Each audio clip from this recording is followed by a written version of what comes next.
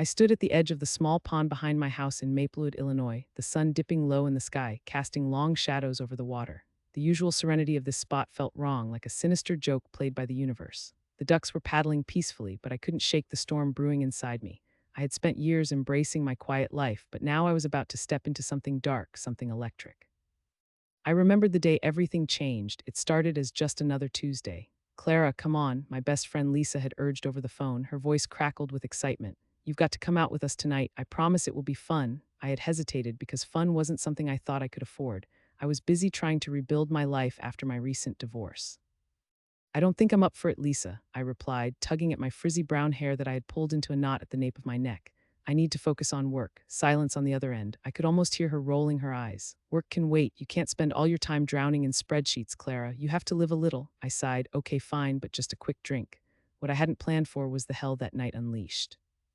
When I arrived at the Silver Lining, the local bar always buzzing with laughter, the atmosphere wrapped around me like a warm blanket.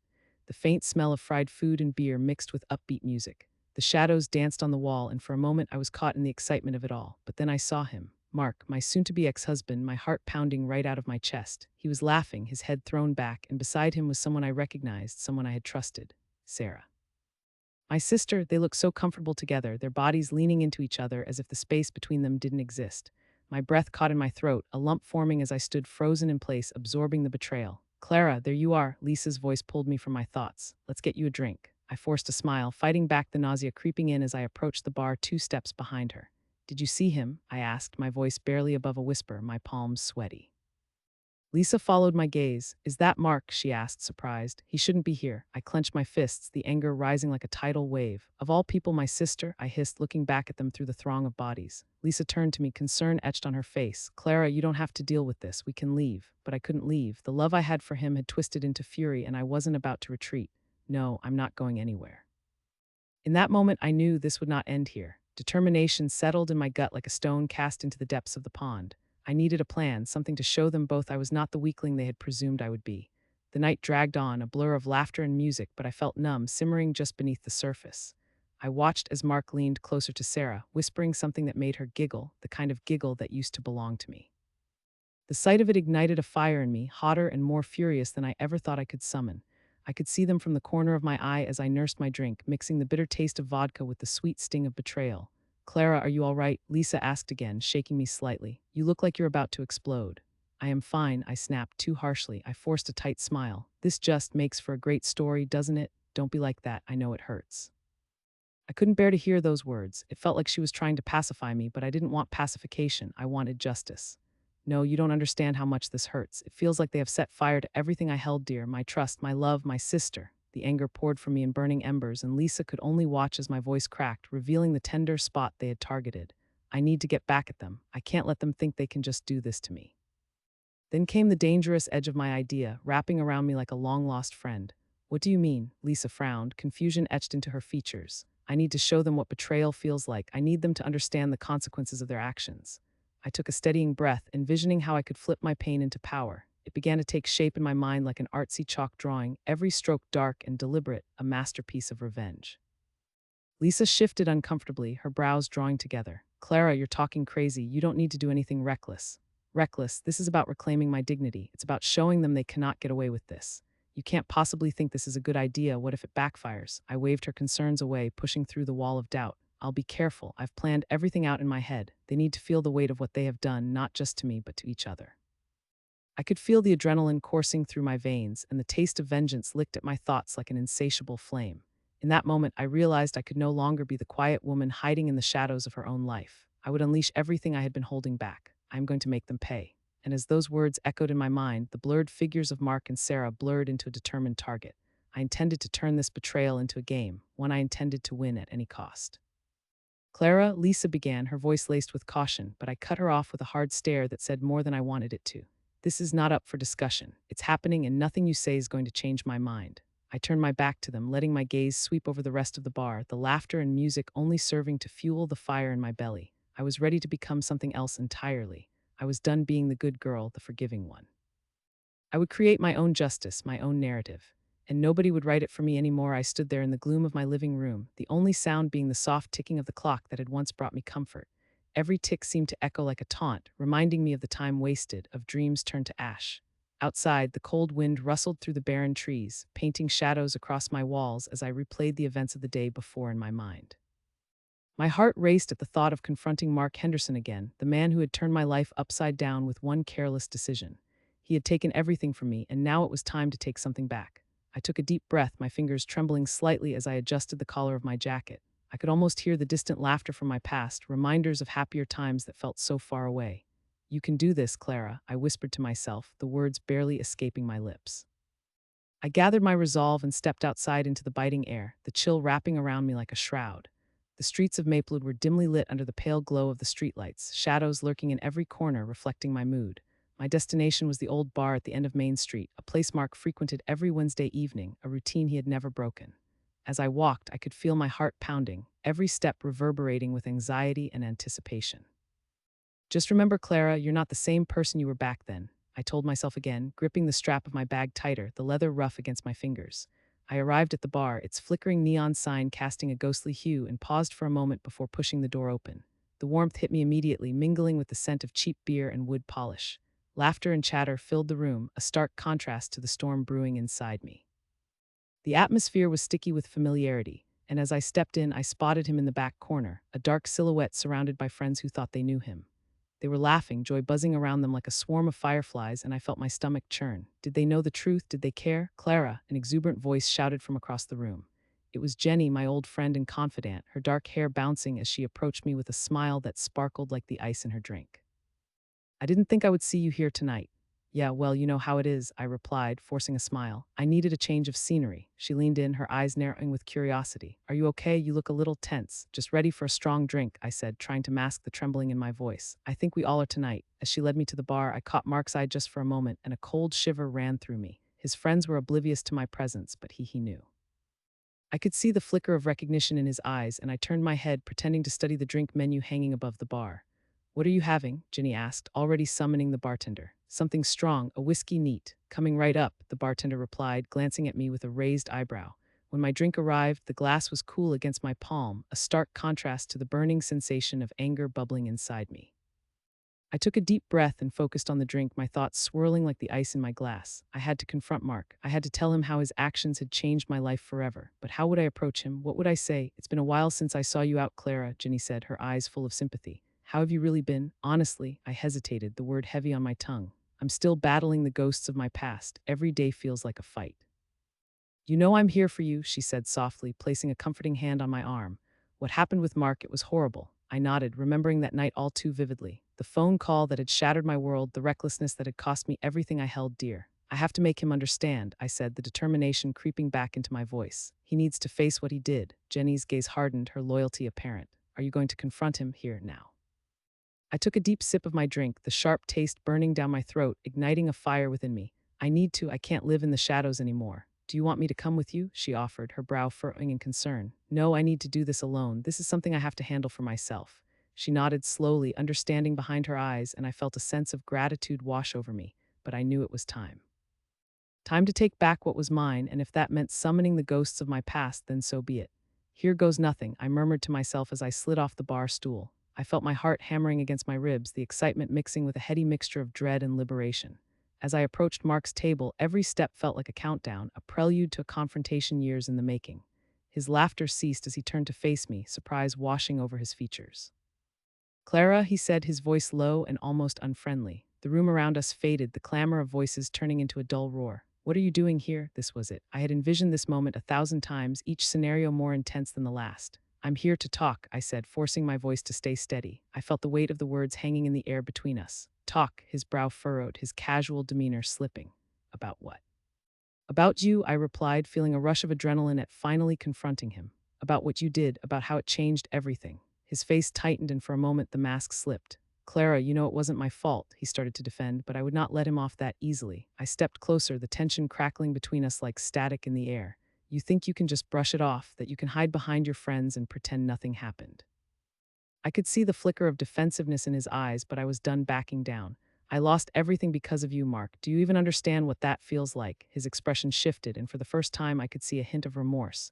"I didn't mean for things to go that way. You have to believe me." Believe you? I scoffed, bitterness flooding my voice. You took more than just my past, Mark. You took my future.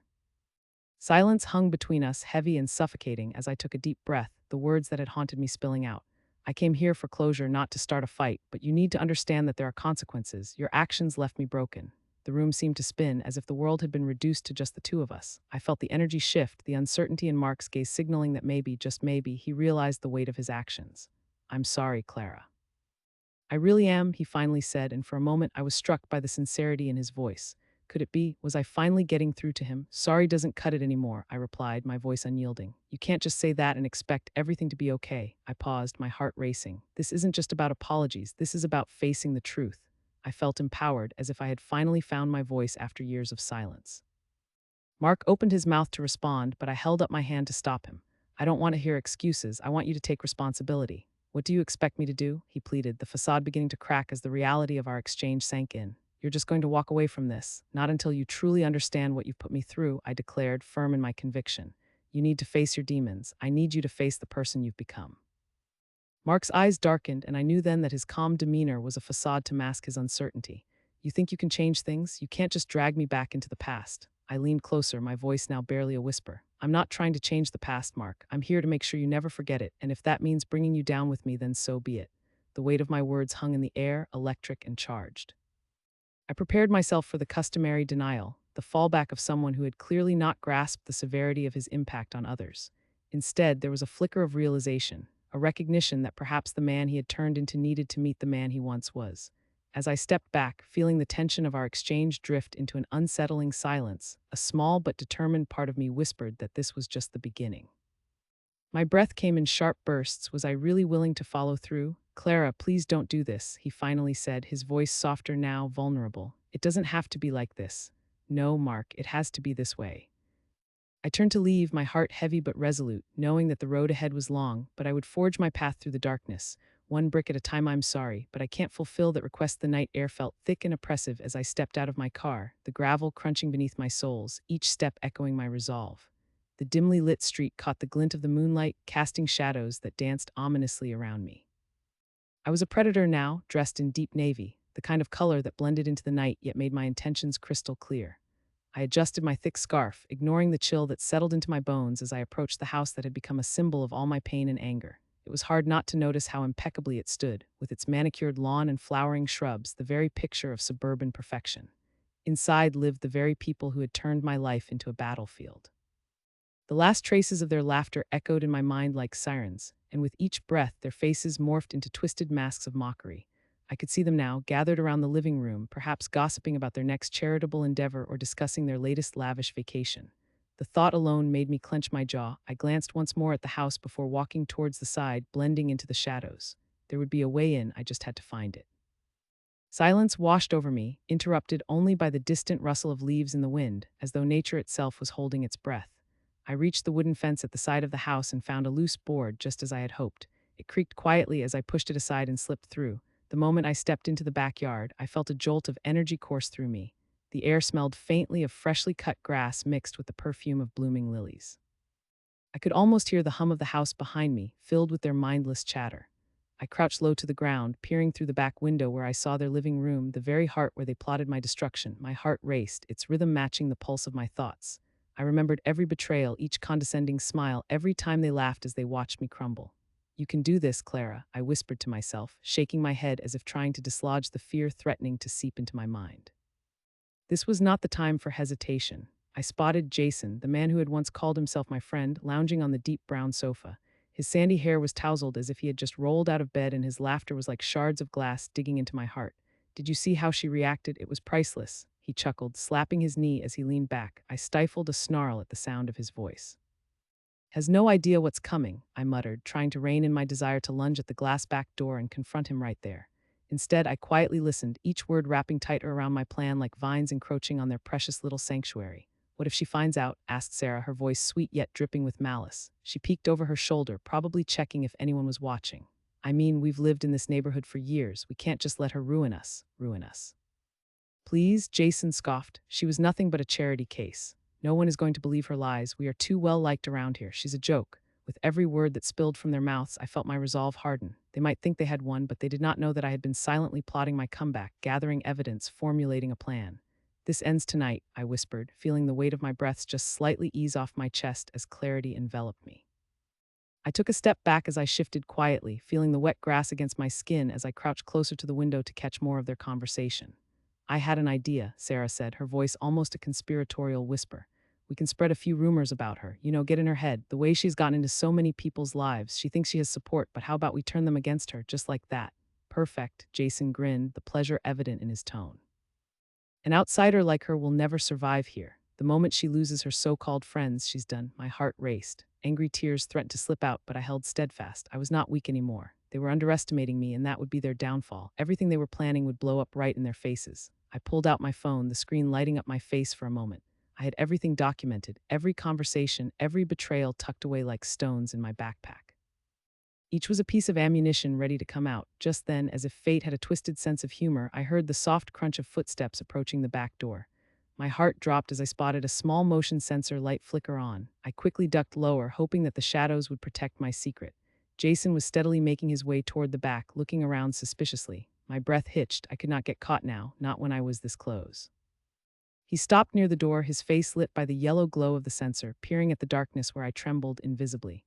"Hello, is someone out there?" he called, his voice thick with feigned bravado. I felt like a rabbit caught in the headlights, frozen and panicked. Should I bolt? Should I stay? Then I remembered they had feasted on my fear for far too long. It was time to turn the tables. I shifted slightly, making a small noise, just enough to draw his attention. His eyes widened, and I could almost see his gears turning as he debated whether to investigate or retreat. My stomach fluttered like a caged bird, but I kept my cool. This was all part of it. "All right, whoever you are, I'm coming out," he shouted, pulling open the door with a dramatic flair, clearly hoping to seem tough. I hated him for it. I hated him for making me live in fear for so long. I stood slowly, deliberately, emerging from the shadows like a ghost rising from a grave, a sharp smile playing on my lips as I took a step into the light.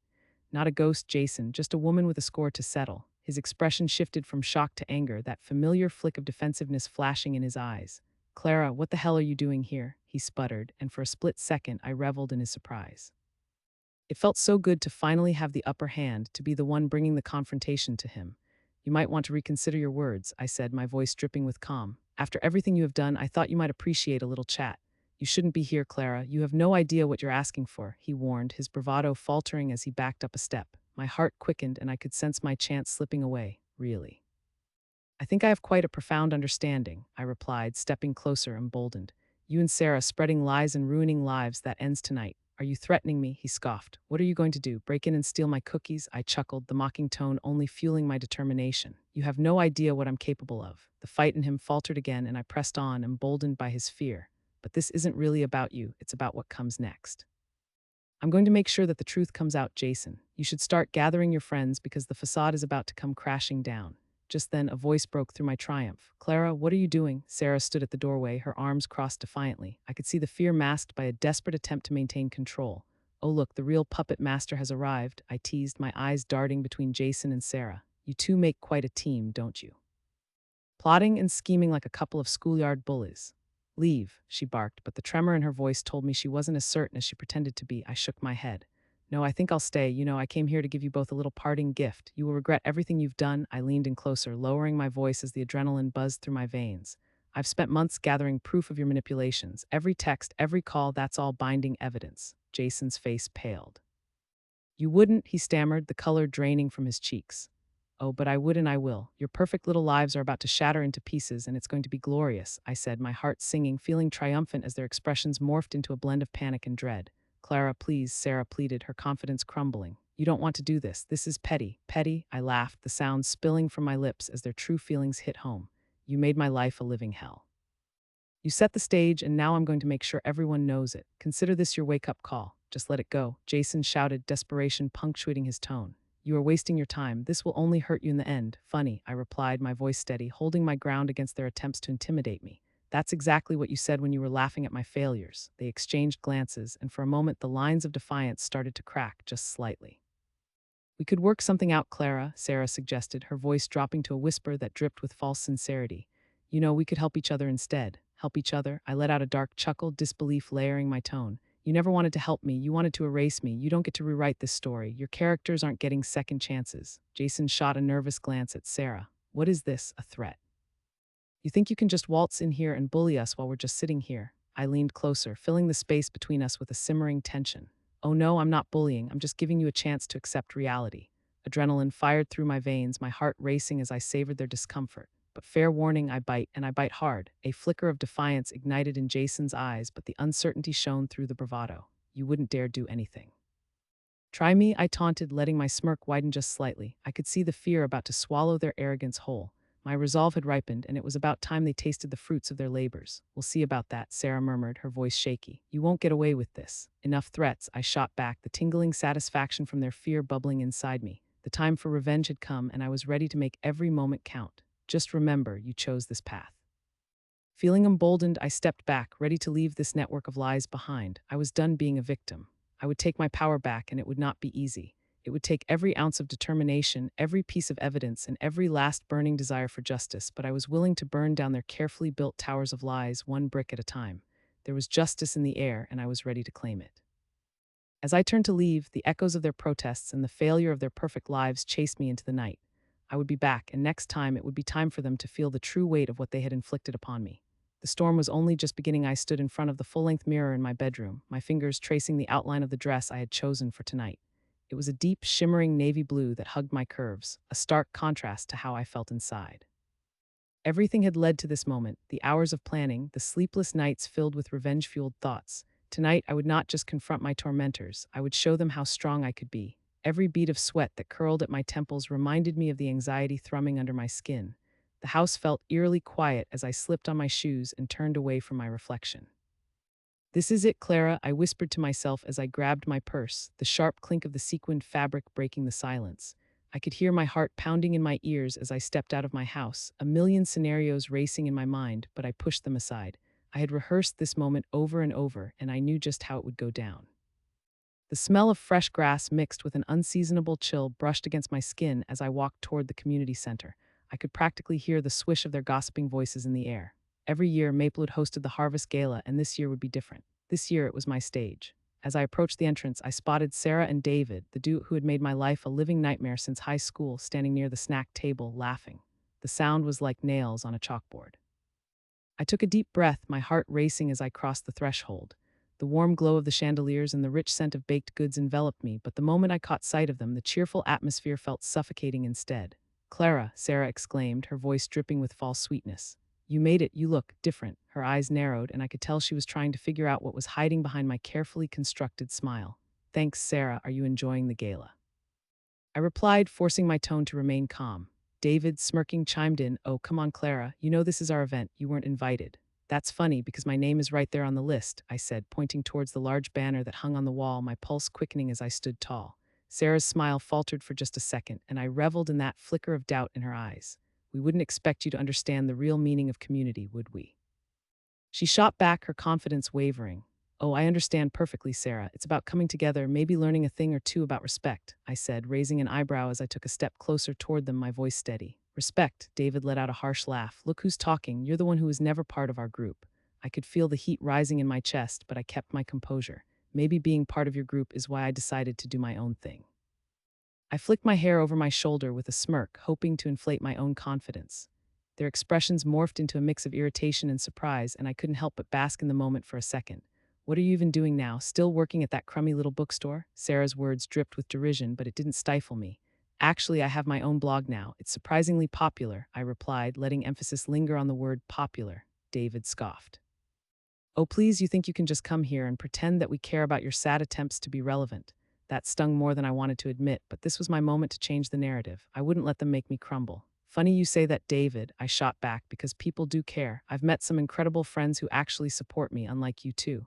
Their faces contorted into disbelief, and momentarily I felt powerful. Before they could respond, I turned my back on them and walked toward the dance floor, my heart racing in exhilaration. But as I moved through the crowd, I felt eyes following me, whispers of doubt dancing around my ears. I couldn't lose my grip now. When the music slowed, I made eye contact with several acquaintances. "Clara, is that really you?" A familiar voice called out. It was Mia, a girl whom I had shared a few classes with in high school. Her bright smile warmed my insides. "You look amazing," she said, pulling me into a hug. Thanks, Mia. I'm actually enjoying the night, I replied, my smile genuine. You should. This is your time. You've changed so much since high school. Her encouragement was like balm to my aching heart, and suddenly I felt less isolated. As we chatted, time blurred together, and the laughter around me felt like light cutting through dark clouds. I made my way to the refreshment table, pretending to scan snacks when out of the corner of my eye I saw Sarah and David whispering and pointing. My stomach twisted, but I refused to show fear. Clara, can we talk? A voice interrupted my thoughts. I turned to see Jess, one of the few allies I had left from high school. Sure, what's up? I asked as we stepped aside. It's about Sarah and David, she said, her expression serious. I've heard them talking, they're planning something. They think there's something wrong with you being here, they're trying to stir the pot. My heart sank slightly, panic pooling low in my stomach. Do you think they can really harm me? I whispered, almost fearing the answer. Jess shook her head. I don't think they can, but you have to be careful. You are strong, Clara, but you need to keep your guard up. My resolve fortified itself as I nodded. Thanks for the heads up, Jess. I won't let them ruin my night. Jess smiled and walked away, and I watched her blend back into the crowd. Taking a deep breath, I spotted Sarah and David again. They were glaring at me, but I refused to look away. In that moment, I thought of standing up to them one last time. I walked straight toward them, determination propelling me forward. You know, for someone who supposedly doesn't care, you sure spend a lot of time talking about me, I said, my voice steady. They glanced at each other, unease flickering across their faces, and that made me feel electric with power. What do you want, Clara? Sarah asked, the edge in her voice betraying her. I want you to know that I will not be your punching bag anymore. I am here and I am thriving. You can't take that away from me, I declared, each word ringing like a bell. This is ridiculous, David shot back, crossing his arms defensively. You think you can come here and act like we should bow down to you? You're still a nobody, and yet here I am, not letting you define who I am, I retorted, my heart hammering in my chest. You too may have been my past, but I have a future, and it doesn't include your toxic shadows. With those words, I turned away from them without looking back. I could feel their stares burning into my back, but that only made my steps lighter. I glided to the dance floor, where laughter and music filled the air, surrendering to the rhythm. It was exhilarating, a grand release as I began to sway to the music, each movement casting off my past like an old coat. The lights dimmed and spun, illuminating fragments of my past, but all it felt like was freedom. I was no longer the prey, I had become the hunter in my own story. My heart raced, not with fear, but with anticipation of what was to come. As I danced, surrounded by those who genuinely appreciated me, I felt the weight of their judgment lift. Each twirl, each laugh shared with new friends reminded me that I had more within me than Sarah and David would ever understand. I was proud of who I was becoming, ready to embrace the world with no more shadows lurking behind me. For the first time, I allowed myself to believe in the beauty of my independence, the power of my voice. The night wore on, and I finally felt the echoes of my past quieting to a distant hum. The Harvest Gala was no longer just a backdrop for my revenge. It had transformed into a celebration of the freedom I claimed with every beat of my heart.